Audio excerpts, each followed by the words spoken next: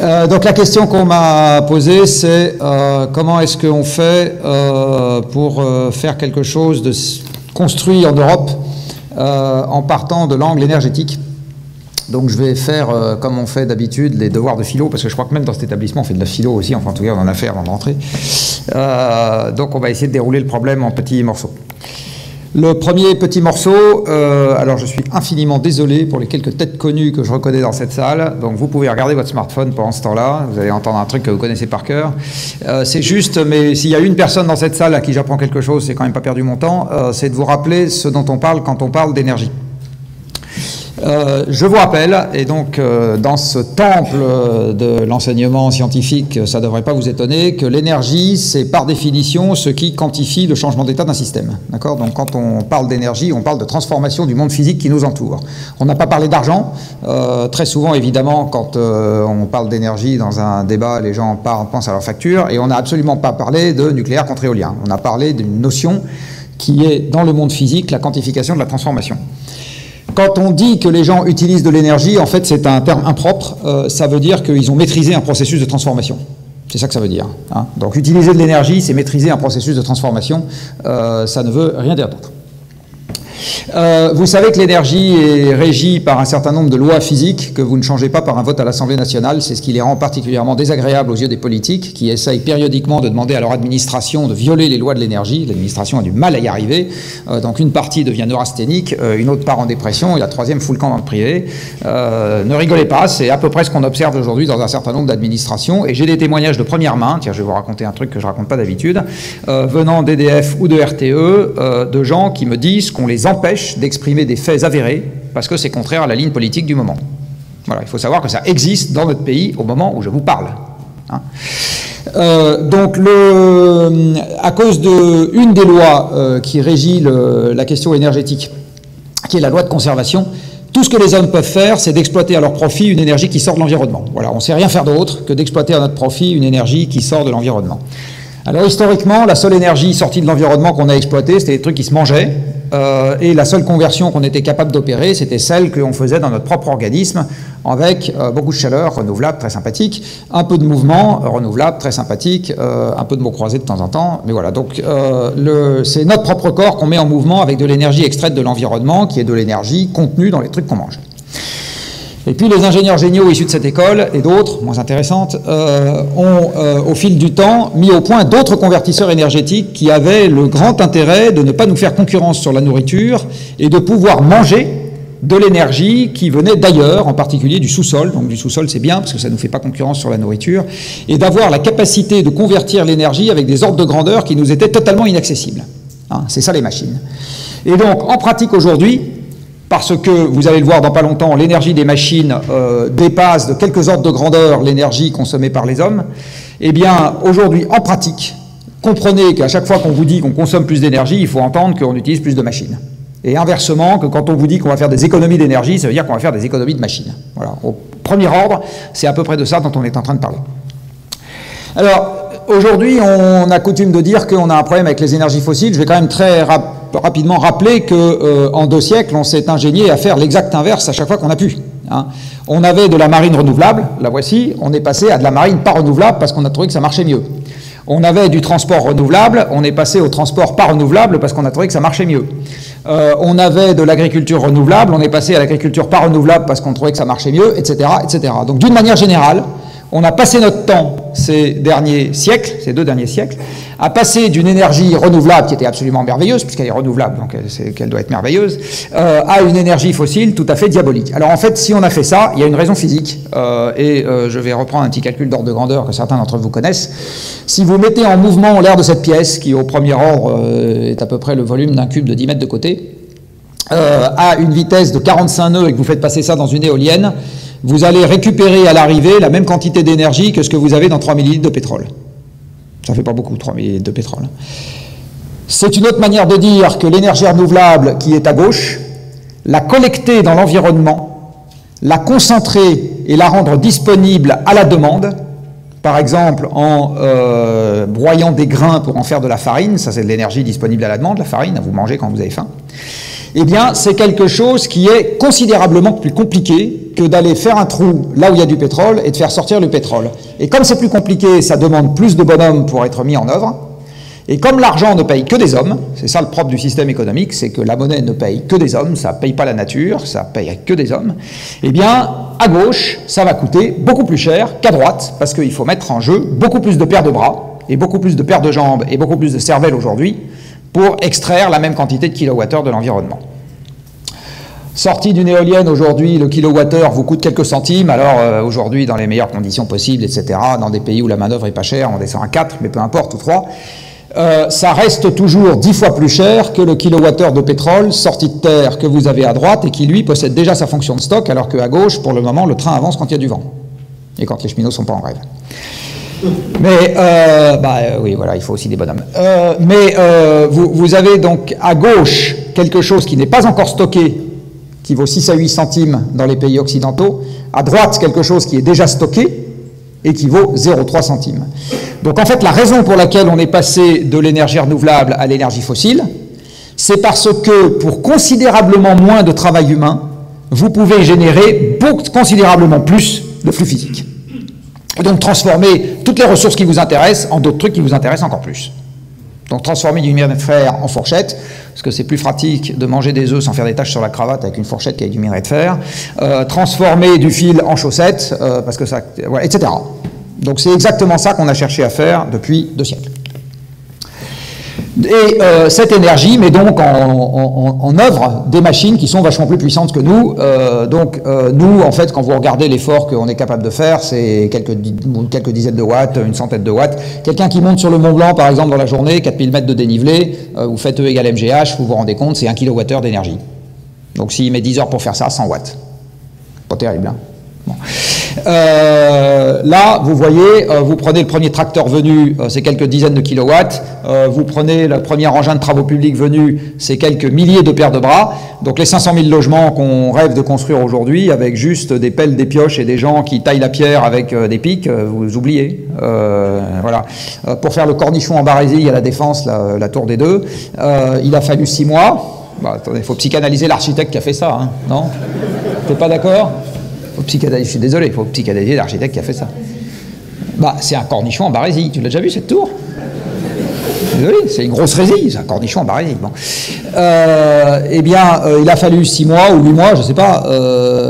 Enfin, même pour faire le gros œuvre, il a fallu 6 mois, alors que pour ériger une structure de même dimension à l'époque du Moyen-Âge, il fallait 50 ou 100 ans. Hein. Donc tout ça, c'est le produit des machines que nous avons là, et sur lesquelles, bien évidemment, on a bâti aujourd'hui des programmes politiques et des programmes sociaux qui considèrent que ce truc-là va rester acquis pour l'éternité. Du reste, je vais vous montrer après que c'est très exactement comme ça que sont rédigés les textes européens. Quand on vous présente l'évolution de la quantité d'énergie utilisée dans le monde ou par personne, peu importe, eh bien, que vous avez ici, par exemple, gradué en kilowattheures sur 1 siècle et demi, eh bien, vous pouvez le lire comme quantité d'énergie consommée, mais vous pouvez aussi le lire comme quantité de machines qui fonctionnent. Et en fait, c'est surtout comme quantité de machines qui fonctionnent qu'il faut le comprendre.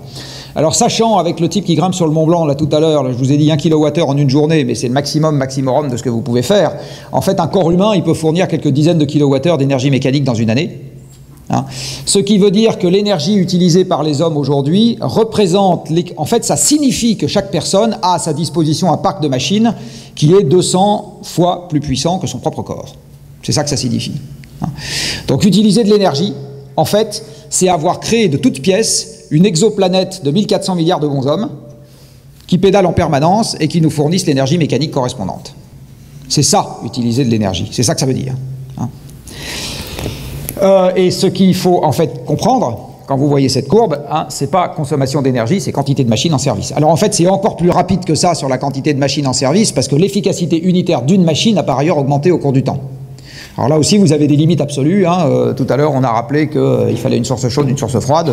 Monsieur Carnot a dit moins T2 sur T1, puis vous y coupez pas. Mais l'efficacité des premières machines thermiques il y a très très longtemps était très très loin de 1 moins T2 sur T1. Et maintenant, on en est beaucoup plus près.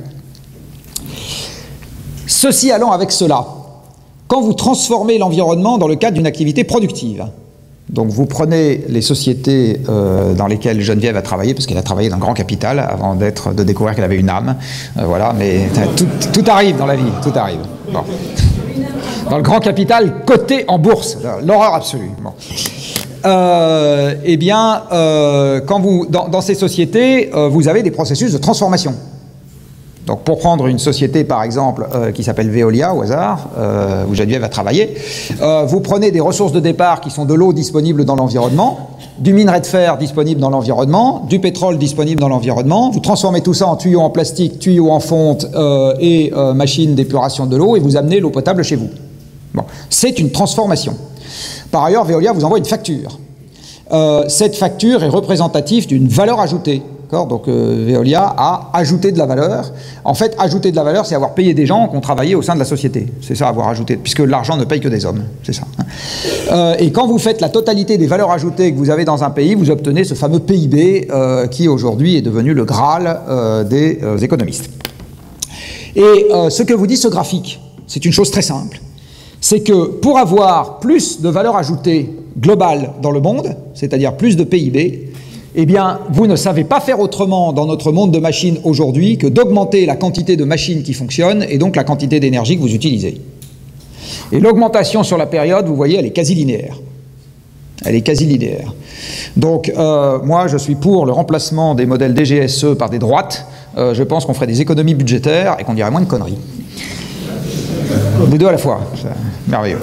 Voilà, donc vous voyez ici la traduction logique de ce que je viens de raconter, c'est-à-dire du rapport de 1 à 200 que vous avez entre la puissance musculaire de l'humanité et la puissance du parc de machines qui est en fonctionnement à tout instant dans le monde. Hein, 1 à 200. Et alors, comme pour notre plus grand malheur, l'énergie que nous utilisons est majoritairement fossile, parce que c'est justement ça qu'on a cherché à faire pour augmenter notre puissance. Elle ne peut pas être majoritairement renouvelable. Quand on était majoritairement renouvelable, on était 500 millions d'agriculteurs, 30 ans d'espérance de vie à la naissance. C'est justement parce que... voilà, donc 100% ENR, soit dit en passant, il n'y a pas besoin de faire une étude par l'ADEME pour savoir que c'est possible. C'est possible. À 500 millions d'agriculteurs et 30 ans d'espérance de vie à la naissance, je suis sûr que c'est possible. 7 milliards d'homo industrialistes, 70 ans et le PIB qui justifie, enfin pardon, et le pouvoir d'achat qui justifie qu'on se mette en grève quand il baisse, moins sûr. Donc ici vous avez le drame faustien qui est le nôtre, hein, c'est le début du mauvais côté du pacte faustien, c'est qu'on ne sait pas augmenter la transformation, c'est-à-dire le nombre de machines au travail, sans augmenter la quantité d'énergie fossile qu'on utilise. Précisément parce que la puissance unitaire de ces machines à l'énergie fossile n'a rien à voir avec les bateaux à voile et avec les gens qui cultivaient les champs avec des pelles et des pioches. Hein, rien à voir. Et quand vous voyez ça, et c'est là que je vais en venir sur l'Europe, vous avez quand même beaucoup de mal à avaler l'idée qu'on va faire de la croissance verte, c'est-à-dire l'idée que dans le même temps, le PIB il va continuer à partir vers le haut, là, ad vitam aeternam, pendant que le CO2 il va repartir vers le bas et qu'on va arriver à zéro. Quand vous voyez ça, vous vous dites « je demande à voir », normalement, hein, un peu plus que dans un slogan politique. Alors, en termes de flux, hein, ce que je vous ai raconté, c'est vous avez des hydrocarbures et des ressources un peu partout. Je vous rappelle que tout ça est gratuit. Un autre truc aussi, pour ceux d'entre vous à qui je ne l'ai pas dit, le vent est gratuit, mais le pétrole l'est tout autant. Hein. Personne dans cette salle n'a payé le moins de centimes pour former le pétrole. Il y a des gens qui ont la bonne idée d'être assis dessus, ça n'a rien à voir, mais le fait d'avoir formé le pétrole, personne dans cette salle n'a payé le moins de centimes. Personne dans cette salle n'a payé le moins de centimes pour qu'existent les 92 éléments du tableau de Mendeleïev sur Terre. Ça, c'est la génération d'étoiles d'avant le Soleil qui s'en est chargée. Hein. Donc personne dans cette salle n'a payé le moindre centime pour qu'existe la planète Terre et ses ressources. Donc le prix d'une ressource, en fait, ce n'est pas le prix de la ressource, c'est le prix de la personne qui la détient, ou le chat, ou le prix qu'il faut payer le militaire pour aller lui passer sur le corps, on a pris les deux options, et le prix, bah oui, on a les deux, et le prix de la personne qui travaille physiquement pour l'extraire. Mais c'est jamais la ressource elle-même que vous payez. Hein. Donc les hydrocarbures sont gratuits comme le reste. Grâce à l'énergie qu'ils nous ont fournie, on a été capable de transformer toutes les autres ressources que nous offre l'environnement. Et en fait, au premier ordre, la rareté d'une autre ressource, c'est la quantité d'énergie qu'il faut dépenser pour aller la chercher. Je parle des ressources minérales, hein. Je ne parle pas de la biodiversité, parce que ça, même du pétrole n'arrive pas à recréer le code génétique d'un tigre. Mais si je parle des ressources minérales et de ce qu'on est capable d'en faire, c'est essentiellement une question d'énergie. Hein.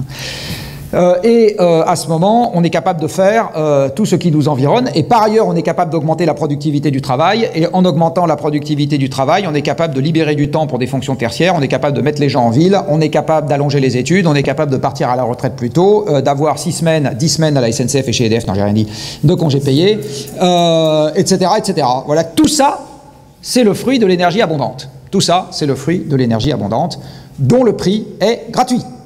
Je rappelle. Le coût d'extraction, lui, il existe, il faut payer des gens pour ça.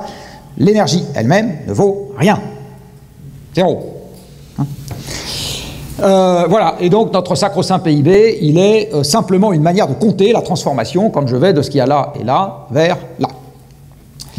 2 facteurs limitants s'appliquent à ce truc-là. Un dont l'Europe s'occupe un peu en ce moment, le changement climatique. Alors vous allez voir qu'en fait elle s'en occupe, sauf qu'elle ne s'en occupe pas parce qu'elle ne peut pas vraiment s'en occuper, parce que dans le traité de l'Union européenne, dont je vais vous montrer un article dans pas longtemps, on veut tout et son contraire à la fois. Hein. Exactement comme dans les objectifs du développement durable, donc je suis vraiment désolé de dire ça devant Geneviève, mais vous prenez les 17 objectifs du développement durable de l'ONU, vous en prenez n'importe lequel des 17 au hasard, il est antagoniste avec au moins un des 17 par ailleurs.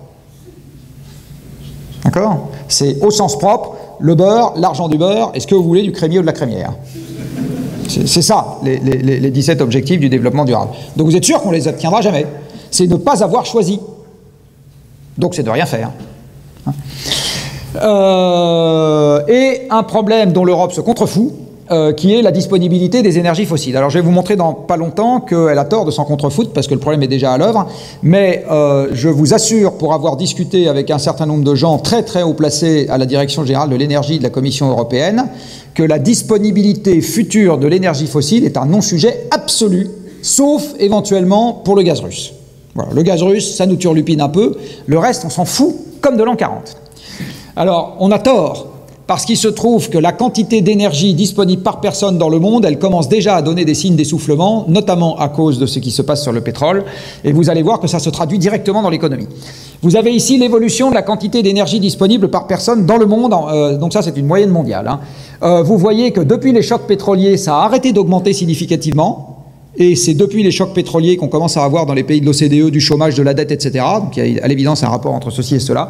C'est remonté avant 2007 et vous voyez que depuis 2007, c'est de nouveau flat. Alors j'ai une courbe à vous proposer sur la production industrielle par personne dans le monde. Elle démarre plus tard, elle démarre en 90 alors que la précédente démarrait en 65. Donc si vous regardez la forme que ça a à partir de 90 et que vous regardez la courbe que je vous montre là, c'est un calque. C'est un calque. Et vous voyez que la production industrielle par personne, elle stagne depuis 2007. Et la crise financière de 2009, je fais partie des gens qui pensent que c'est juste une traduction de ça. C'est juste une traduction de ça.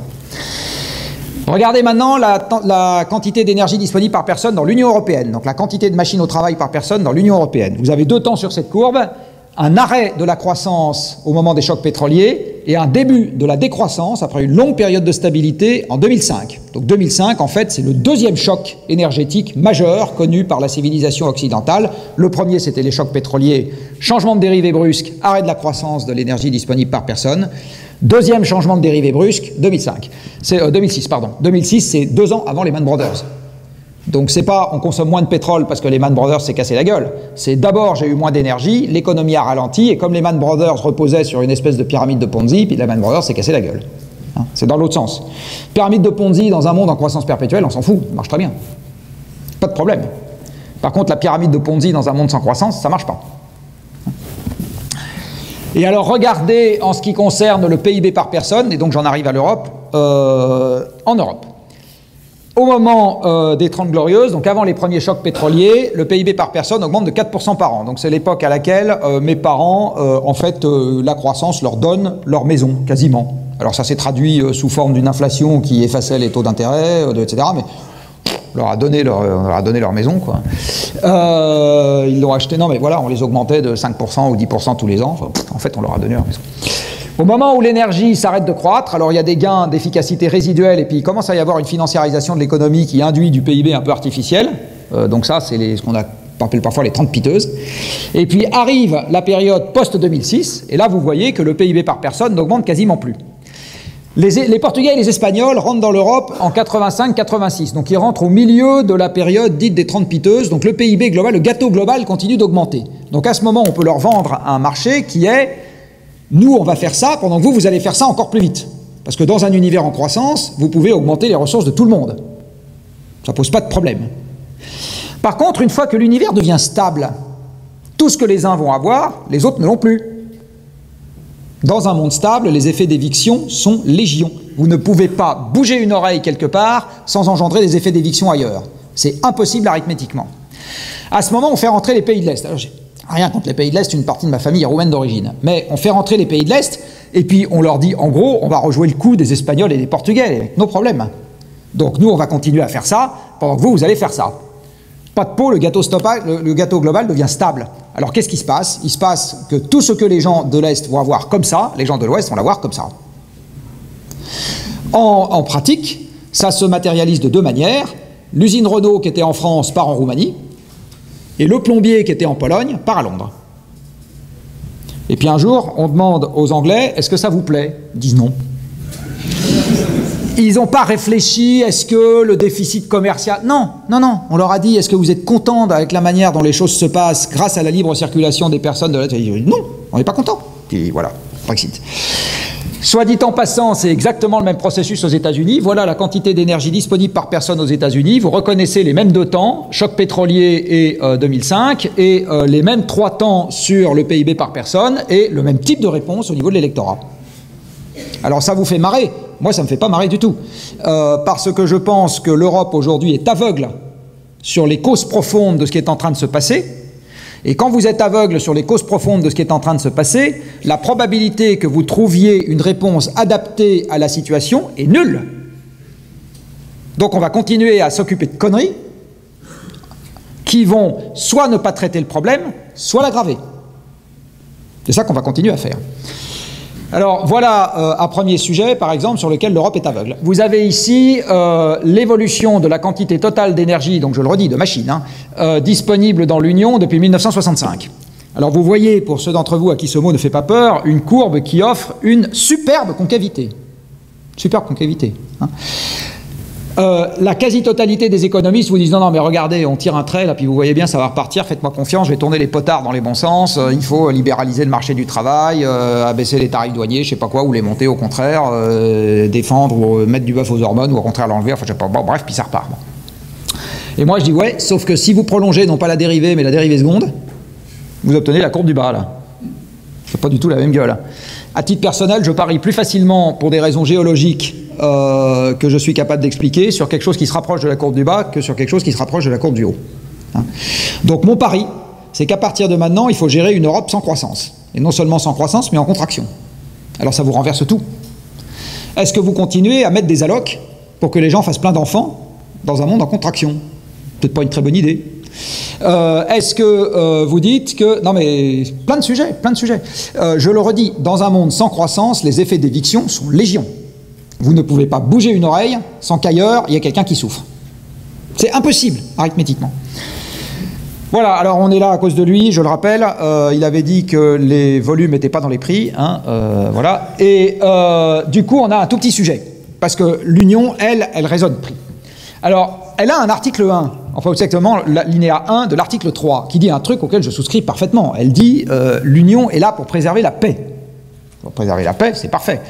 Donc à la limite, le traité instituant l'Union européenne aurait dû se limiter à cet article. Il aurait dû dire, voilà, on est là pour faire la paix, puis maintenant, à chaque fois qu'on a un problème, on se met autour d'une table avec un peu de bon sens et on se dit, qu'est-ce qui préserve le mieux la paix? Bon. Manque de peau, elle a rajouté ça. Et alors c'est là que les problèmes commencent. Parce qu'elle a dit, non, non, on va faire la paix, d'accord, mais on va faire un marché. Sauf qu'il y a plein de cas de figure dans lesquels le marché est un adversaire de la paix. En particulier quand vous mettez dans le marché des infrastructures qui sont des monopoles naturels en univers contraint, vous êtes sûr de ne faire qu'une chose, c'est de la destruction de capital. C'est ça que vous allez faire. D'accord? Donc quand vous mettez dans le marché la production électrique ou les chemins de fer ou n'importe quoi qui est un macrosystème, parce que vous n'allez pas avoir 2 autoroutes Paris-Nantes et vous n'allez pas avoir 2 réseaux électriques de transport de l'électricité. Hein, et vous n'allez pas non plus avoir 2 réseaux ferroviaires concurrents sur la même destination. Bon, vous pouvez éventuellement avoir 2 compagnies concurrentes, mais vous n'allez pas en avoir 50. Bon. Donc, dès que vous mettez dans le marché quelque chose qui, à cause de la lourdeur des investissements, est un monopole naturel, en fait, ce qui se passe, c'est que vous reconstituez un oligopole. C'est ça que vous avez à l'arrivée, avec de la destruction de capital, et si en plus l'oligopole est financiarisé, sa stratégie long terme, c'est 3 ans, il presse le capital autant qu'il peut et il n'investit pas. D'accord? Donc vous avez raccourci les échéances temporelles et vous vous êtes empêché de gérer les problèmes de long terme. C'est exactement ça que vous avez fait. Alors je ne dis pas que le monopole, c'est toujours bien géré, après, il faut savoir ce qu'on veut, mais je dis juste que l'idée qu'en mettant un marché partout et tout le temps, vous allez régler tous les problèmes tels qu'ils se présentent, ce qui est quand même assez largement le credo d'une bonne partie des gens qui sont à la Commission, parce que c'est assez largement le credo du monde économique des États qui font l'Europe. Il ne faut pas croire que les fonctionnaires de la Commission sont totalement en roue libre. Hein. J'ai fini. Eh bien, on se trompe sur l'instrument qui permet d'atteindre la paix. Mais il y a pire. Elle dit on va chercher la croissance. C'est marqué, c'est dans le traité. Nous devons faire de la croissance. Ce qui veut dire que l'Europe, à chaque fois que vous lui dites « j'envoie une fusée dans l'espace », un moteur de la fusée tombe en panne, eh bien, le seul réflexe de l'Europe, c'est de dire « bon, bah, très bien, je vais demander à Amazon de m'en livrer un autre ». D'accord ? L'idée qu'on va essayer de s'arranger avec les moyens du bord, c'est un truc qui est inconcevable pour les gens au sein de la construction européenne que nous avons faite. C'est inconcevable au sens premier du terme, parce que ce n'est pas dans ce qu'on leur a demandé de faire. On leur a demandé de faire de la croissance. Alors, quelques exemples. On a mis en place un système de quotas, mais on a demandé de faire de la croissance. Donc on va juste faire croître les quotas un peu moins vite que le PIB. Donc ça va commencer à foutre le système sous contrainte. Mais enfin, sauf que si le système ne fait pas de croissance et que vous vous retrouvez avec des quotas plus que le PIB n'en demandait, à ce moment, vous vous retrouvez avec un système totalement suralloué, ce qui s'est passé, et des quotas qui se baladent à 4 € la tonne. Je peux vous assurer qu'il n'y a pas un industriel qui a peur d'un quota à 4 € la tonne. Donc ils font rien. Ils font rien. Un deuxième exemple, aujourd'hui, comme vous imaginez que le problème, vous ne pouvez pas imaginer que le monde se retrouve sans croissance, donc ça veut dire que si c'est quelque chose qui se passe, comme par ailleurs les limites physiques ne sont pas dans les modèles économiques, hein, parce que dans les modèles des SGE, je vais y arriver, il n'y a pas la monnaie, mais il n'y a pas non plus les ressources. Bon. Donc comme et aucun modèle ne vous dit quand le PIB arrive à 76 000 milliards de dollars, il s'arrête. Ça n'existe pas, alors que dans tous les modèles physiques, vous avez des limites. Quand vous avez parcouru 40 000 km sur la Terre, vous êtes revenu à votre point de départ. C'est des limites. Bon, le modèle économique, il n'y a pas de limite. Donc à aucun moment on vous dit, là, ça s'arrête. Du coup, le postulat de départ, c'est il y a de la croissance. Et une fois qu'il y a de la croissance, virgule, je vais voir ce que je fais. Voilà, c'est ça. Mais du coup, vous êtes dans une quadrature du cercle, l'essentiel du temps. Donc il y a un vrai problème au sein de l'Europe pour arriver à accoucher d'une construction qui est sa cohérence interne, parce que là, pour le coup, on veut en même temps, en permanence, deux choses qui sont antagonistes. Alors dans cette affaire, je vais vous rappeler, pour ceux d'entre vous qui ne l'ont pas vu, ce qu'on avait imaginé au Shift avant l'élection présidentielle, donc accolé à un truc qui s'appelait le Manifeste pour décarboner l'Europe. Et c'était des propositions non pas de macroéconomie, mais de projets. C'est-à-dire qu'en gros, on a dit, voilà un certain nombre de trucs qu'il faudrait faire. On propose de les faire, et puis si on les fait dans un monde en croissance, tant mieux. Si on les fait dans un monde en décroissance, tant pis, mais on les fait. D'accord ? C'est ça qu'on propose de faire. Et l'idée, c'est que à cause de la courbe que je vous ai montrée tout à l'heure, qui est que si vous croyez à la dérivée seconde, de toute façon, l'approvisionnement énergétique fossile de l'Europe est parti pour se contracter significativement. De toute façon, décarboner l'économie est un choix sans regret, puisque de toute façon, de l'énergie fossile, vous allez en avoir de moins en moins. Donc de toute façon, l'économie va se décarboner, au sens premier du terme. Hein. Et on a le choix entre le gérer et le subir. Donc là, c'était la proposition sur « je gère ». Alors le premier truc qu'on a proposé, c'est on ferme toutes les centrales à charbon. Je vous signale que, contrairement à une idée couramment répandue, l'Europe importe une partie significative de son charbon. L'Allemagne importe la moitié de son charbon. Hein. Elle produit sa lignite, mais le charbon est pour une large partie importé. Donc on ferme toutes les centrales à charbon. Et on les remplace par des moyens décarbonés. Alors nous, au Shift, on n'est pas du tout anti-nucléaire. Le plus économique, c'est de faire ça avec du nucléaire, parce que c'est pilotable. Même à 100 € le mégawattheure, c'est plus économique que les ENR, parce que c'est pilotable. Si vous voulez le faire avec des ENR, faites-le avec des ENR, on s'en fout, ça vous coûtera 5 à 10 fois plus cher. C'est pas le problème, faites-le. Faites-le. il faut diminuer la taille du parc automobile et diminuer la consommation unitaire des voitures. La seule chose que vous n'allez pas faire, c'est changer l'urbanisme demain matin. Il faudrait aussi le changer à long terme, parce qu'une ville de 10 millions d'habitants, c'est pas vivable dans un monde à l'énergie contrainte. Ça dépend d'un hinterland beaucoup trop vaste en termes d'approvisionnement pour que vous arriviez à faire survivre 10 millions d'habitants viables économiquement dans un monde à l'énergie contrainte. Et en fait, le premier endroit où le système se délite, ça se comprend assez facilement quand l'énergie commence à devenir contrainte, c'est dans les périphéries. Hein, et c'est assez facile à expliquer pour des raisons énergétiques. Donc, et la meilleure manière de baisser rapidement la quantité de pétrole consommée par les voitures, c'est pas de faire des voitures électriques, c'est de faire des voitures à pétrole beaucoup plus petites. Ça va beaucoup plus vite. Ça se fait à isoparc de production industrielle, ça se fait à isosystème de distribution de carburant. Juste, vous mettez une réglementation très dure pour baisser très très vite. Voilà. Je vous signale qu'on vient de perdre une manche à Bruxelles avec une réglementation qui favorise les voitures lourdes et qui va exactement dans le sens inverse, hein, grâce à messieurs les Allemands, très écolos comme chacun sait. Il faut également mutualiser les transports dès qu'on peut. Alors mutualiser, c'est quoi? C'est tous les transports dits en commun dans lesquels on a aussi collé le covoiturage. Vous pouvez également mettre là-dedans le vélo et la marche à pied, évidemment. Il faut garder des connexions entre les villes avec du réseau ferré pour remplacer l'avion quand il n'y aura plus de pétrole. Il faut, au premier ordre, diviser par 2 les flux de matières produits en Europe, s'en accommoder. Donc on fera 2 fois moins de plastique, 2 fois moins de ciment, 2 fois moins d'acier, etc. Dans cette production résiduelle, décarboner largement la production. Il y a des tas de moyens de faire ça. Vous pouvez électrifier avec de l'électricité sans carbone, etc. Il faut rénover tout le parc de logements existant et puis il faut essayer de ne pas trop l'accroître, mais ça renvoie à la question douloureuse de la démographie. Je le redis, on ne peut pas avoir une démographie perpétuellement croissante dans un monde en contraction sur les moyens. Enfin, à un moment, ça se met à coincer. Donc vous avez un sujet sur le parc de logements qu'il faut rendre carboniquement plus performant. Et un truc intéressant à noter, c'est que le patronat allemand vient de sortir un document dans lequel il explique que la bonne manière de faire ça, c'est de coller de la pompe à chaleur partout. Alors, je suis très content de dire ça, parce que la pompe à chaleur, c'est par essence l'énergie renouvelable qu'il faudrait développer en France, au lieu de s'occuper de panneaux solaires. Il faut rénover également le tertiaire public. La raison pour laquelle on en a fait une mesure distincte, c'est que le tertiaire public, c'est les gros de la construction qui sont dessus, alors que le pavillon de banlieue, les gros de la construction ne sont pas dessus. Donc si on veut embarquer les Bouygues, Vinci et Fage, il faut s'occuper des grandes surfaces à rénover d'un seul tenant, parce qu'eux, ils n'iront jamais rénover les copropriétés de 5 appartements dans Paris 19e. Il y a la filière bois qu'il faut renforcer, et enfin, il faut diviser le cheptel bovin par 2. Ça, c'est pas une mesure énergétique, c'est juste une mesure méthane. Hein. Et donc la mesure qu'on avait proposée, c'était on divise le cheptel bovin par 2, parce que le cheptel bovin, c'est la moitié de l'empreinte carbone, c'est même plus que ça, c'est quasiment les 2/3 de l'empreinte carbone de l'alimentation. Mais comme les éleveurs font un métier difficile, il faut réencadrer les prix. Et donc là, je finis sur la question de que faire en Europe. Il faut réencadrer les prix parce qu'il faut garantir aux éleveurs un revenu décent issu de leur travail, même avec moins de vaches élevées.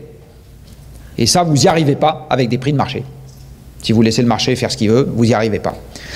Et pour finir là-dessus, en fait, remettre les contraintes environnementales dans les prix, c'est quelque chose que vous ne savez pas faire dans le cadre d'un marché ouvert.